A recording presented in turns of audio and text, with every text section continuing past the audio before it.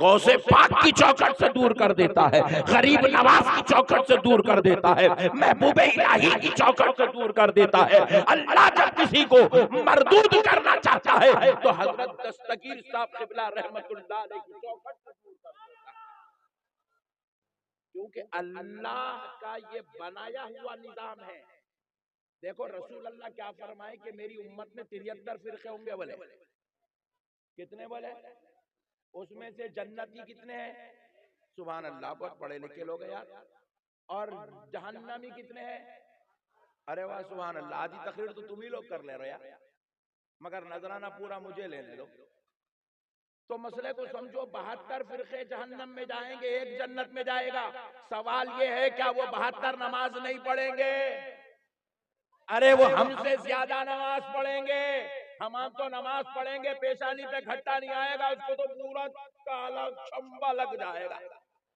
وہ ہم سے زیادہ نماز پڑھے گا، نماز پڑھ کے پھر وہ دوزخ میں کیوں جائیں گے؟ کیا وہ روزہ نہیں رکھیں گے؟ وہ تو ہم سے زیادہ روزے رکھیں گے، پھر وہ دوزخ میں کیوں جائیں گے؟ کیا وہ حج نہیں کریں گے؟ وہ ہم سے زیادہ حج کریں گے، ارے وہ تو کعبے کی خدمت کریں گے، پھر دوزخ میں کیوں جائیں گے؟ ارے کیا وہ زکوٰۃ نہیں دیں گے؟ ارے وہ اتنی زکوٰۃ دیں گے کہ بینکوں کے بینک الٹ دیں گے، مگر پھر بھی دوزخ میں جائیں گے۔ کیوں جائیں گے؟ نماز پڑھ کے دوزخ میں جا رہا ہے، روزہ رکھ کے دوزخ میں جا رہا ہے، زکوٰۃ دے کے دوزخ میں جا رہا ہے، حج کر کے دوزخ میں جا رہا ہے۔ وجہ کیا ہے؟ تو جواب ملا، نماز تو پڑھے گا، روزہ زکوٰۃ حج تو کرے گا، مگر اس کا دل عشق مصطفیٰ سے خالی ہو کے رہ جائے گا، مگر اس کے دل میں غوث و خواجہ کی محبت نہیں ہوگی۔ تو رب نے بھی ڈیسائیڈ کر لیا جو میرے محبوبوں کا نہیں ہے وہ میری جنت میں رہنے کے لائق نہیں۔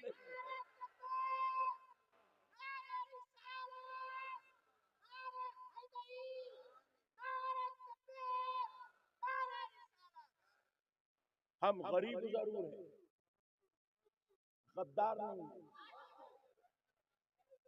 ہمارے عمل میں کمی ہو سکتی ہے، خدا کی قسم ہمارے ایمان میں کمی نہیں ہو سکتی ہے۔ ہم جو ہے مدینے سے دور ضرور رہتے ہیں، بنگال کا غریب مسلمان بار بار مدینے کو نہیں جا سکتا ہے، اور بعض تو اتنے غریب ہے کہ زندگی میں ایک بار بھی مدینے کو نہیں جا سکے گا، مگر خدا کی قسم اس کا دل ہمیشہ عشق مصطفیٰ میں تڑپتا ہوا نظر آئے گا۔ اور یہ عشق مصطفیٰ میں دل کا تڑپنا اس بات کی دلیل ہے کہ رب نے اسے جنتی بنانے کا ارادہ کر لیا۔ اللہ جس کو جنتی بنانا چاہتا ہے ان کو محبوبوں کے قریب کر دیتا۔ سبحان اللہ، ذرا زور سے اور ذرا زور سے، اللہ محبوبوں کے قریب کر دیتا۔ اچھا دیکھو، مردود کرنا چاہتا ہے تو محبوبوں سے دور کر دیتا۔ دلیل دے رہا ہوں، سن لو۔ اس کائنات میں ابھی انسان دنیا میں نہیں آئے، حضرت آدم کا جسد اقدس تیار کیا گیا، حضرت آدم کے جسم کو تیار کیا گیا، تخلیق عمل میں آئی۔ جیسے ہی حضرت آدم کا وجود عمل میں آیا، رب نے حکم دیا کس کو؟ ابلیس کو اور فرشتوں کو کہ میرے آدم کو سجدہ کرو۔ کون ہے آدم؟ محبوب خدا ہے، اللہ کے محبوب ہے۔ کہا میرے پیارے کو سجدہ کرو، میرے محبوب کو سجدہ کرو، میرے اس پیارے کو سجدہ کرو جو دنیا میں جائے گا، جس کے ذریعے سے اب بہت بڑی مخلوق انسان جو ہے دنیا میں آئیں گے، اور اب یہ سارے انسانوں کا باپ بن کر جائے گا، ابو البشر کہلائے گا۔ اب ذرا اس کو سجدہ کرو۔ تو ہوا کیا؟ قرآن بیان کر رہا ہے، فَسَجَدَ الْمَلَائِكَةُ كُلُّهُمْ أَجْمَعُونَ إِلَّا إِبْلِيسَ۔ سارے کے سارے فرشتے سجدے میں چلے گئے، فرشتے سجدے میں چلے گئے۔ حضرت آدم کی تعظیم بجا لائے، حضرت آدم کا احترام کرے، محبوب خدا سے اپنی محبت کا اظہار کرے، محبوب خدا کا ادب کرے، محبوب خدا کی تعظیم کرے، الا ابلیس، سوائے ابلیس، ابلیس نے سجدہ، بولیے، وہ سجدہ نہیں تھا، حقیقت میں وہ تعظیم تھی۔ ابلیس نے محبوب خدا کی تعظیم نہیں کی، احترام نہیں کیا، ادب نہیں کیا، محبوب خدا سے اپنے تعلق کو نہیں جوڑا، تو رب ذوالجلال کو جلال آیا۔ رب ذوالجلال نے دیکھا کہ میرے محبوب کی بے ادبی کر رہا ہے۔ حالانکہ ابلیس کیا کیا؟ حضرت آدم کے خلاف کوئی تقریر نہیں کیا، حضرت آدم کے خلاف کوئی مورچہ نہیں سنبھالا، حضرت آدم کے خلاف اس نے کوئی جو ہے جلوس نہیں نکالا، حضرت آدم کے خلاف اس نے کوئی جو ہے تحریک نہیں بنائی، مگر ہوا کیا؟ حضرت آدم کو سجدہ نہیں کیا، احترام نہیں کیا، حضرت آدم کی تعظیم نہیں کیا۔ حالانکہ کون ہے یہ ابلیس؟ یہ وہی ہے جو خدا کو سجدے کر رہا ہے، جو خدا کی عبادت کر رہا ہے، رحمان رحیم غفار ستار کہہ کے رب کو یاد کر رہا ہے۔ یہ وہی ابلیس ہے جو رب کے لیے اس کی بارگاہ میں جنت کا مکین بنا ہوا ہے۔ یہ وہی ابلیس ہے جو سب سے بڑا علم والا ہے، اور رب نے اس کو اتنا علم دیا کہ یہ معلم الملائکہ، فرشتوں کا استاد بن گیا ہے، فرشتوں کا ٹیچر ہے، فرشتوں کا لیکچرر ہے، فرشتوں کا پروفیسر ہے، فرشتوں کا معلم ہے، فرشتوں کا عالم ہے۔ ذرا سوچو دوستو، جو فرشتوں کا عالم تھا، سجدے کرنے والا تھا، رب کا ذکر کرنے والا تھا، رب کی اطاعت میں تھا، رب کی فرما برداری میں تھا، رب سے اس کا کوئی معاملہ خراب نہیں ہوا، لیکن رب کے محبوب سے معاملہ خراب ہوا، آدم کی بے ادبی کیا، تو رب ذوالجلال نے کیا کیا؟ رب نے کیا کیا؟ اپنے ساجد کو، محبوب کے غدار کو، اپنا علم رکھنے والے کو اور محبوبوں کے بے ادب کو کیا کیا؟ فَخْرُجْ فَإِنَّكَ رَجِيمٌ وَإِنَّ عَلَيْكَ لَعْنَتِي إِلَى يَوْمِ الدِّينِ۔ اللہ نے کہا نکل جا ہمارے دربار سے، ہم نے تجھے مردود کر دیا، اور صبح قیامت تک تجھ پر ہماری لعنت۔ اللہ اکبر! کیا کرا صاحب، کیا کرا؟ اللہ تبارک و تعالیٰ کی گستاخی نہیں کرا، اللہ کے محبوب کی بے ادبی کرا، اللہ کے سجدوں میں کمی نہیں کرا، اللہ کے محبوب کے تعلق سے جو ہے دل میں خلش رکھا، تو ہوا کیا؟ رب ذوالجلال نے اس کو مردود کر کے دربار سے نکال دیا۔ ذرا سوچو دوستو، جو اللہ کے محبوب کی بے ادبی جنت میں رہ کے کرا تو جنت میں رہ نہیں سکا، جنت میں رہ کے کرا تو جنت میں رہ نہیں سکا، تو پھر جو پیارو دنیا میں رہ کے محبوبوں کی بے ادبی کرے گا تو جنت میں جائے گا کیسے؟ اسی لیے اللہ نے دستور کیا بنایا؟ جس کو اللہ محبوب بنانا چاہتا ہے ان کو محبوبوں کی چوکھٹ پہ ڈال دیتا ہے، ان کے دلوں میں محبوبوں کی محبت ڈال دیتا ہے۔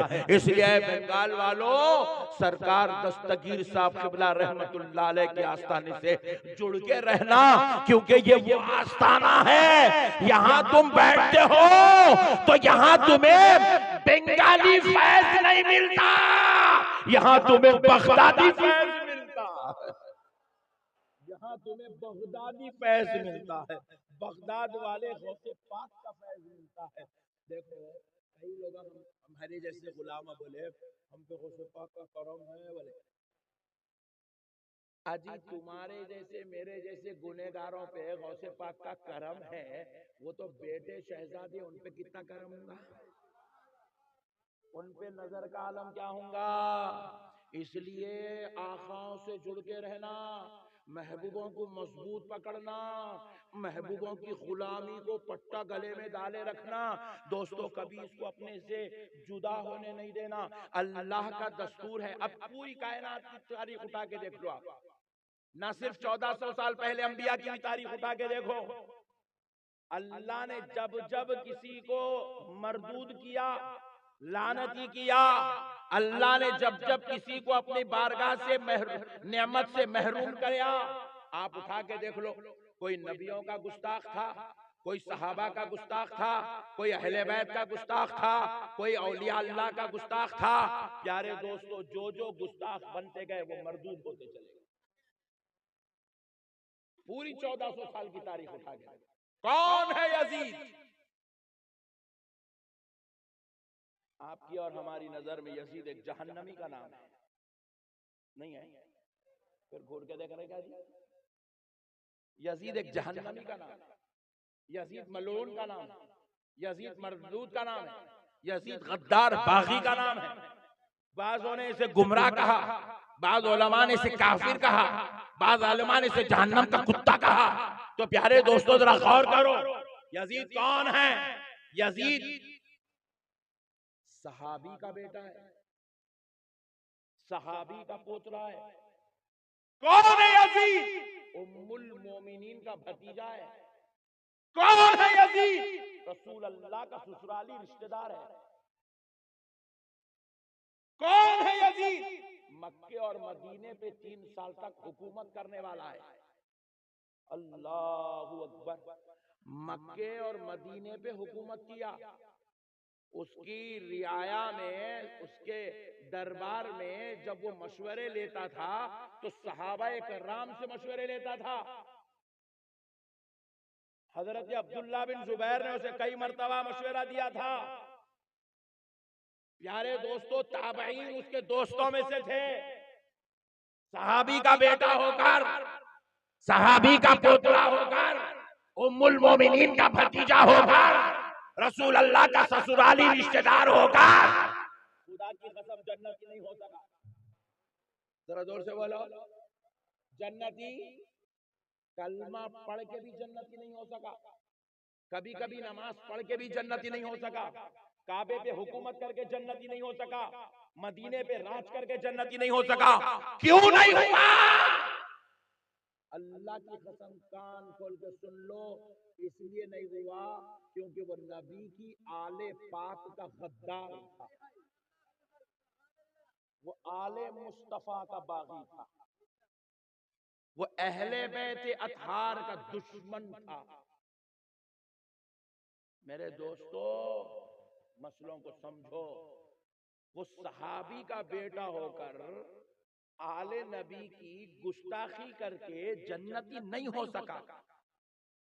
اگر کوئی ہمارے ہزاروں لاکھوں اولیاء اللہ کے بارے میں یہ کہہ رہا ہے وہ درگاہ کو جانا شرک ہے، درگاہ میں گئے تو شرک ہوتا، درگاہ میں بدعت ہوتا، یہ کہہ کر اولیاء اللہ کی اگر کوئی بے ادبیاں گستاخیاں کرتا ہے اور ان کے مراکز کو، ان کی بارگاہوں کو شرک و بدعت کا اڈا سمجھاتا ہے تو سن لو کان کھول کر، ایسے منحوس ظالموں کو بھی جنت میں جگہ نہیں دی جائے گی، ہرگز نہیں دی جائے گی میرے بھائی۔ آج ضرورت ہے اولیاء اللہ سے محبت کریں۔ اجی کیا ہے اولیاء اللہ کی شان؟ مختصر وقت میں بتلا دیتا ہوں کیا ہے اولیاء اللہ کی شان۔ اللہ اکبر، سنو، قرآن پاک ہے، ہم لوگ ایک آیت بہت زیادہ کثرت سے تلاوت کرتے ہیں اپنی مجلسوں میں، خصوصاً درگاہوں میں۔ الا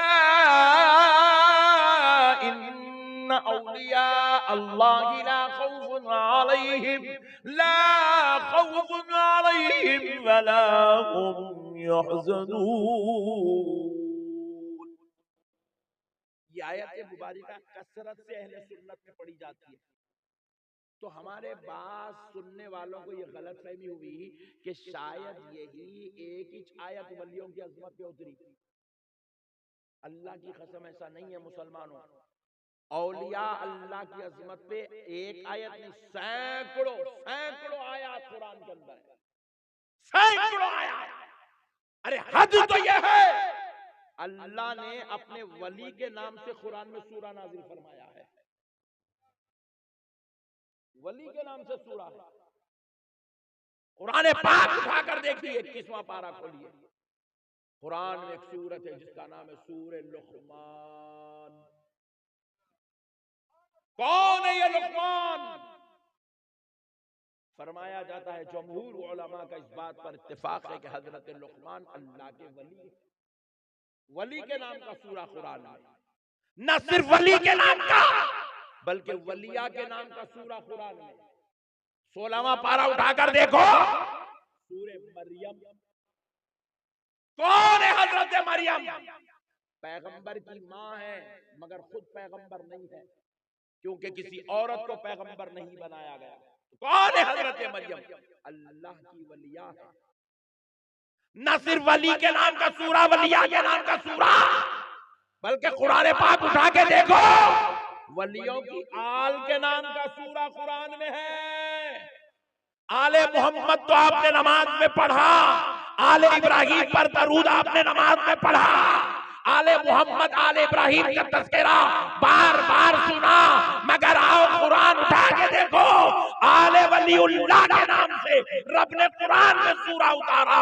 قرآن کی بڑی سورتوں میں سے ایک سورت ہے جس کا نام ہے سورہ آل عمران. کون ہے حضرت عمران؟ اللہ کے ولی.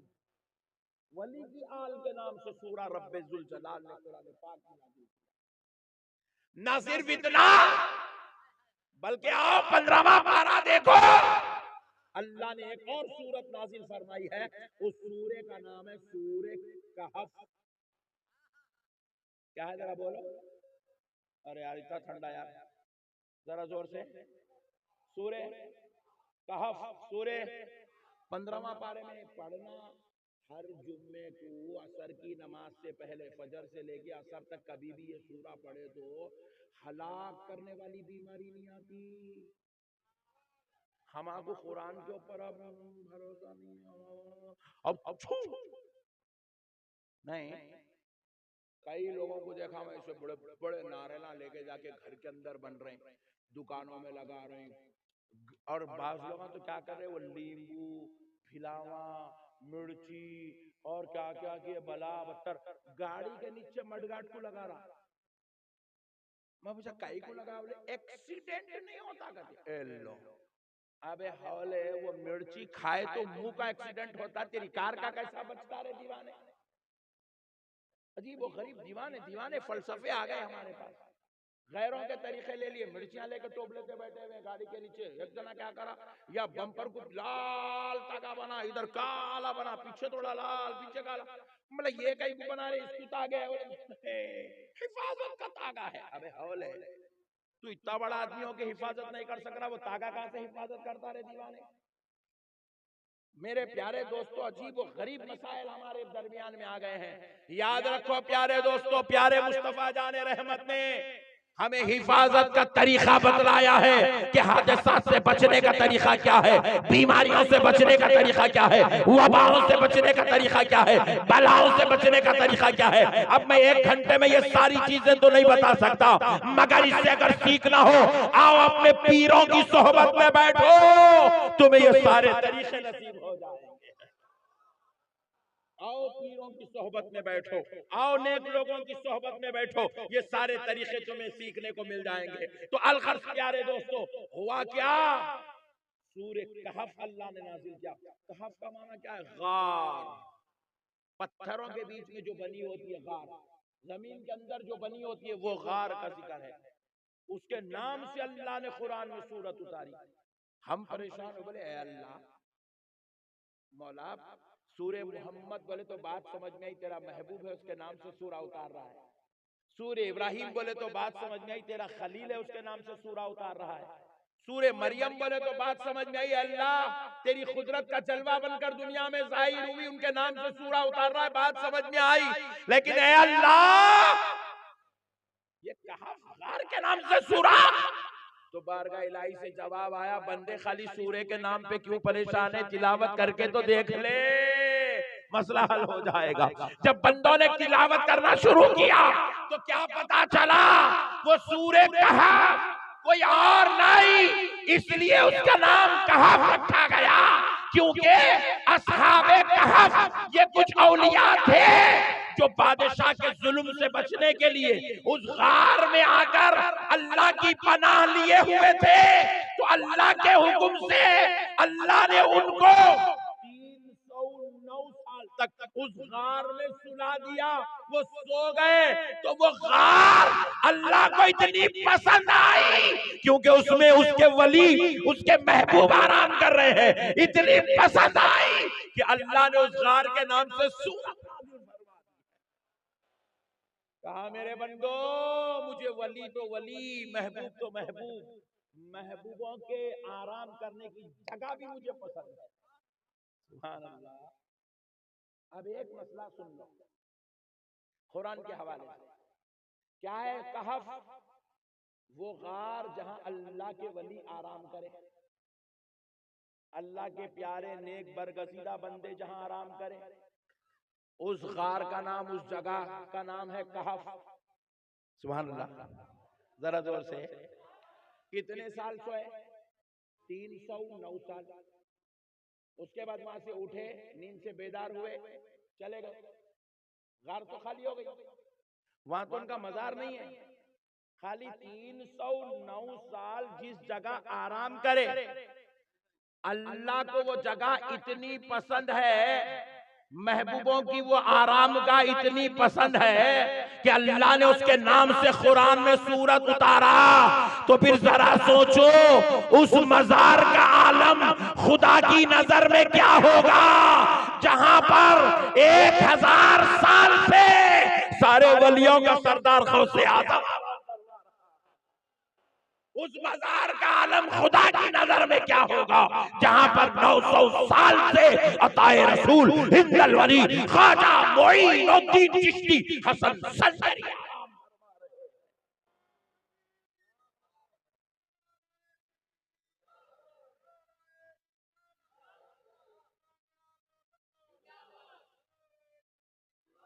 مسئلوں کو سمجھو نوجوانوں، آج دین سمجھنے کی ضرورت ہے۔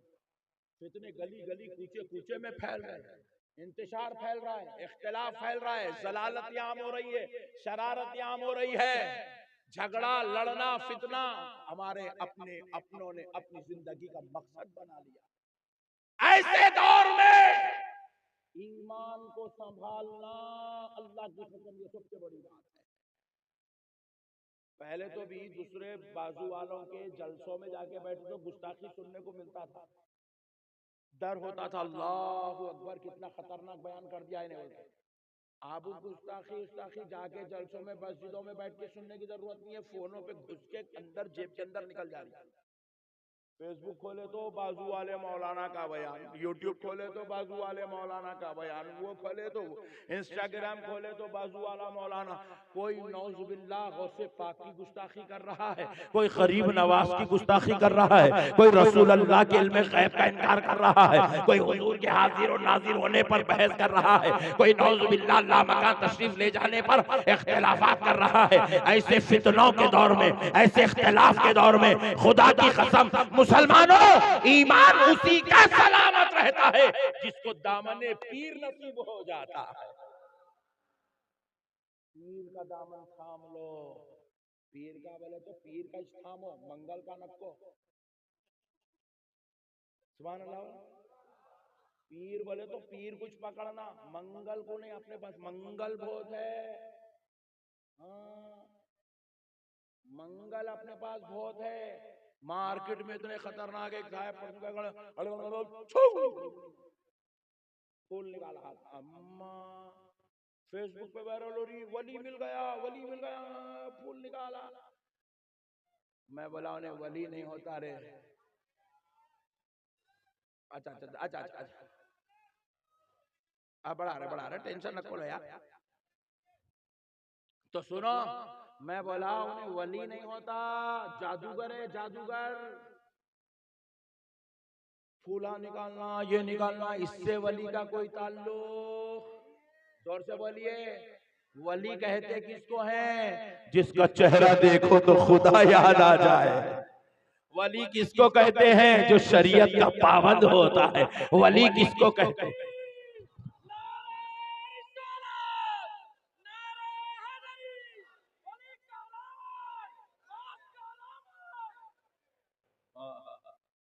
ولی کس کو کہتے ہیں؟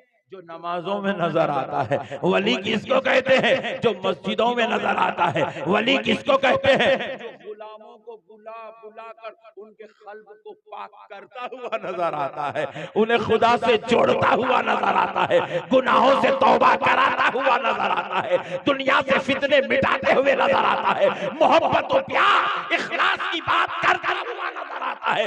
ولی کون ہوتا ہے؟ سنو دوستو، جس کے دل میں غوث اعظم کی محبت ہوتی ہے، جس کا تعلق غوث پاک سے بڑا مضبوط ہوتا ہے. سبحان اللہ. ذرا دور سے پیارو، پیر کا دامن تھامو، یہ فتنوں کا دور ہے، یہ اختلاف کا دور ہے. اور آپ تو بنگال والے بڑے خوش نصیب ہو یار، تمہارے پاس تو غوث پاک کا بیٹا بیٹھا ہوا ہے. تمہارے پاس تو غوث پاک کا بیٹا. میں پریشان ہوں بھائی، بنگال میں غوث پاک کی اولاد. اللہ اکبر. شجرا سنا تو فخر محسوس ہوا. 2 منٹ کی ملاقات ہوئی تو خدا کی قسم میرا دل چلا اٹھا، یہ سید ہی ہے. ایسے ہی نعرہ تکبیر، حضور سید محمد علی کا داماد. سیدوں کی کوالٹی بالکل الگ رہتی، سیدوں کی کوالٹی بالکل الگ رہتی. یہ اس کا ساؤنڈ بڑھا دیں بیٹا. ہاں اچھا اچھا. سیدوں کی کوالٹی بالکل الگ رہتی. پورے باغ میں گئے تو گلاب کا پھول کیسا پہچانے جاتا؟ پورے ہندوستانیوں کے بیچ میں میرے نبی کی آل بھی ویسے ہی پہچانے جاتی ہے، غوث پاک کا بیٹا بھی ویسے ہی پہچانا جاتا ہے، سیدہ فاطمہ الزہرا کی آل بھی ویسے ہی پہچانے جاتی ہے، علی المرتضیٰ کی اولاد بھی ویسے ہی پہچانے جاتی ہے. خوش نصیب ہو مسلمانوں، تمہارے پاس سید زادہ بھی ہے، غوث پاک کا بیٹا بھی ہے. قدر کرو، قدر کرو. مرنے کے بعد آ کے خبر پہ پھول ڈالنا کمال نہیں ہے، رہے تک فیض لینا کمال کی بات ہے. ہمارے سنیوں میں کیا ہوتا، مرے بعد جلوس میں جنازے میں لاکھوں کی تعداد میں آتے، رہے تک 10 آدمی بھی نہیں آتے. یہ ہماری سنیت کا حال ہے. اب سنو، ایک بڑا مسئلہ عرض کر رہا ہوں. اصحاب کہف کتنے سال رہے قبر میں؟ 309 سال. اٹھے اور چلے گئے. مگر ہوا کیا تھا، جب وہ تشریف لائے تھے اس غار کی طرف، وہ تشریف لائے تھے اس غار کی طرف، تو کیا ہوا، ان کے ساتھ ان کا ایک کتا بھی آیا تھا. ذرا دور سے، کون آیا تھا؟ کتا. ذرا زور سے بولو نا جی. کتا. ذرا زور سے بولو. کتا آیا تھا، کتا. اور آیا تو کیا کرا، اللہ کے محبوب غار میں بیٹھے، انہیں غار کے باہر بیٹھا، اور اس کے غار کے پاس بیٹھنا اللہ کو اتنا پسند آیا، وہ کیسے انداز میں بیٹھا، اس کے بیٹھنے کا ذکر اللہ قرآن میں بیان کرا. قلبهم باسط ذراعی بالوسیل. بازو والے کیا بولے، ہم غوث پاک کا ذکر نہیں کرتے، 11ویں نہیں کرتے، غریب نواز کا عرس نہیں کرتے، چھٹی نہیں کرتے، غریب نواز کا تذکرہ شرک ہے. اللہ کو معلوم تھا ان لوگ اتنے ڈینجر، اتنے خطرناک پیدا ہونے والے ہیں. بلکہ اسی لیے اللہ تعالیٰ کیا کرے، بولے میرے غوث کا ذکر نہیں کرتا، میرے غریب نواز کا ذکر نہیں کرتا، میرے امام اعظم ابو حنیفہ کا ذکر نہیں کرتا. بولے اچھا ادھر میرے ابو بکر شبلی جنید بغدادی کا ذکر نہیں کرتا، میرے بندہ نواز محبوب الہی کا ذکر نہیں کرتا. بولے ادھر آ. بلکہ اللہ بازو والے کو بلائے، کہاں؟ کعبے میں. کعبے کے سامنے کھڑا کر دیے. بولے پڑھاؤ نماز، پڑھا رہے ہیں. اس کو شوق اٹھا سورہ کہف پڑھنے کا، پڑھتے پڑھتے اب پڑھ رہا ہے، کعبہ سامنے ہے، نماز پڑھ رہا ہے. قلبهم باسط ذراعيه بالوسيط.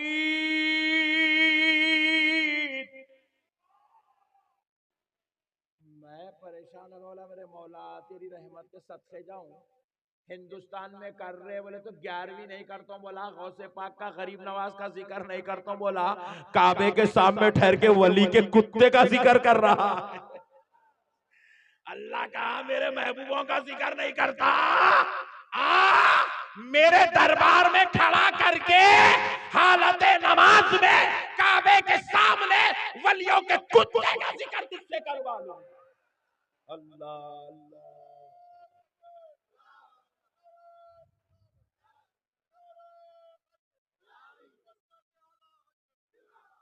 اور ایک بار نہیں، 4 بار اس کتے کا ذکر ہے. کتنے بار؟ ذرا زور سے بولا. وہ 3 تھے، چوتھا ان کا کتا تھا. وہ 5 تھے، چھٹواں ان کا کتا تھا. وہ 7 تھے، 8واں ان کا کتا تھا. اور کتے کے بیٹھنے کا انداز ایسا تھا. 4 مرتبہ کتے کا ذکر ہے. اور ہر بار قلبن بول کے نہیں، قلبہم، ہم کی جو ضمیر ہے یہ لوٹ رہی ہے اصحاب کہف کی طرف. یعنی کہ وہ کتا کس کا کتا تھا؟ اللہ کہہ رہا ہے وہ اصحاب کہف کا کتا تھا. اصحاب کہف کا کتا، اصحاب کہف کا کتا، ولیوں کا کتا، میرے محبوبوں کے در پہ بیٹھنے والا کتا. اب سنو مسلمانوں، وہ کتے کی نسبت اللہ نے ولیوں کی طرف دے کر بتلا دیا. اے دنیا والوں، کتا تو نجس ہے، ناپاک ہے. کتا جس پانی میں منہ ڈال دے وہ پانی سے نہ وضو کر سکتے ہیں، نہ پانی نہا سکتے ہیں، نہ غسل کر سکتے ہیں، نہ اس سے پکا سکتے ہیں، نہ اس سے ہاتھ منہ دھو سکتے ہیں. سنو وہ نہ پانی ناپاک ہو گیا، کیونکہ کتا ناپاک جانور ہے. اور ساری کائنات کے ناپاک جانور دوزخ کی مٹی بنا دیے جائیں گے، مگر اصحاب کہف کے در پہ بیٹھنے والا کتا دوزخ میں نہیں جائے گا. اللہ اس کو انسانی شکل و صورت دے کے جنت میں داخل عطا فرمائے. نعرہ تکبیر، نعرہ رسالت، نعرہ حیدری، سرکار سید شاہ غلام احمد دستگیر کا داماد. اللہ اللہ. اصحاب کہف کا کتا، ہائے ہائے، اصحاب کہف کا کتا جنت میں جائے گا. تو سنو بنگال والوں، ولیوں کے در پہ ان کی محبت میں بیٹھنے والے کتے کو اللہ دوزخ میں جانے نہیں دے رہا.